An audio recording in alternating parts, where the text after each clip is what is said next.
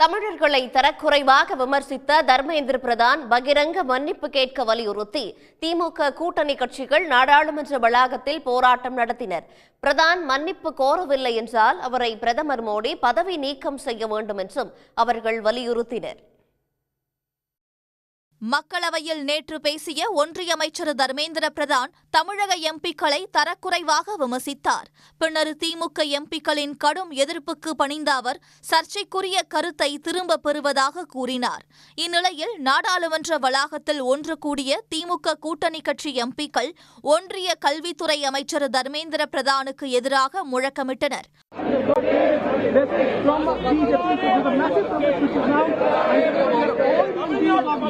And other political parties who are part of the India Alliance are right now protesting, and we can also see Mr. Vaiko using slogans. Kanimoi is there.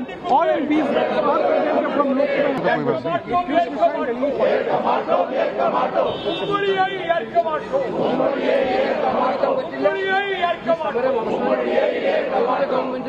ஒட்டுமொத்த தமிழ்நாட்டு மக்களின் மனதையும் புண்படுத்திவிட்டதால் ஒன்றிய அமைச்சர் தர்மேந்திர பிரதான் மன்னிப்பு கேட்க வேண்டும் என்றும் எம்பிக்கள் முழங்கினர். பிரதான் மன்னிப்பு கேட்காவிட்டால் பிரதமர் நரேந்திர மோடி அவரை பதவி நீக்கம் செய்ய வேண்டும் என்றும் போராட்டத்தில் வலியுறுத்தப்பட்டது. Union government is withholding the money which has to be given to Tamil Nadu, saying that we have to sign the 3-language policy and the national education policy.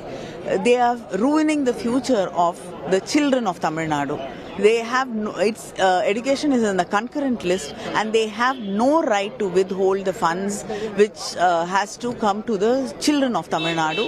And moreover, yesterday in a reply to the question raised by a member of Tamilchi Thangapandian, a member of the DMK in Lok Sabha, he responded in a very abusive way, saying that we are dishonest, and he was calling the chief minister as super CM. He said that Tamil Nadu people and our MPs are uncivilized. This is not what we expect a union minister. This is not the language we expect him to be speaking, and this is totally undemocratic. You have wounded the hearts of Tamils and Tamil Nadu, entire Tamil Nadu. The entire Tamil Nadu is banning over this issue. So you should tender apology. Otherwise, Mr. Prime Minister, you should throw him out from your cabinet. அந்த மக்களை நாகரிகமற்றவர்கள், ஜனநாயகத்திற்கு எதிரானவர்கள் என்று மிக கடுமையாக விமர்சித்து பேசியிருக்கிற அமைச்சர் தர்மேந்திர பிரதான் தமிழ்நாட்டு மக்களிடத்தில் மன்னிப்பு கோர வேண்டும்.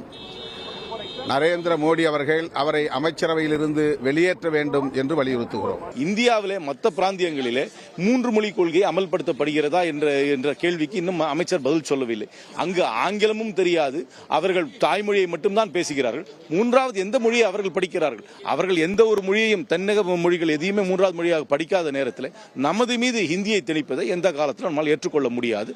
எந்த நிலையிலும் மும்மொழி கொள்கையை ஏற்க மாட்டோம் என்று திமுக கூட்டணி எம்பிக்கள் எழுப்பிய குரல் நாடாளுமன்ற வளாகம் முழுவதும் எதிரொலித்தது. ஹிந்தி திணிப்பு, தமிழ்நாட்டிற்கான கல்வி நிதி மறுப்பு ஆகியவற்றிற்கும் திமுக கூட்டணி கட்சி எம்பிக்கள் கடும் எதிர்ப்பு தெரிவித்தனர். உடனுக்குடன் செய்திகளை தெரிந்து கொள்ள சன் நியூஸ் பெல் ஐகானை கிளிக் பண்ணுங்க.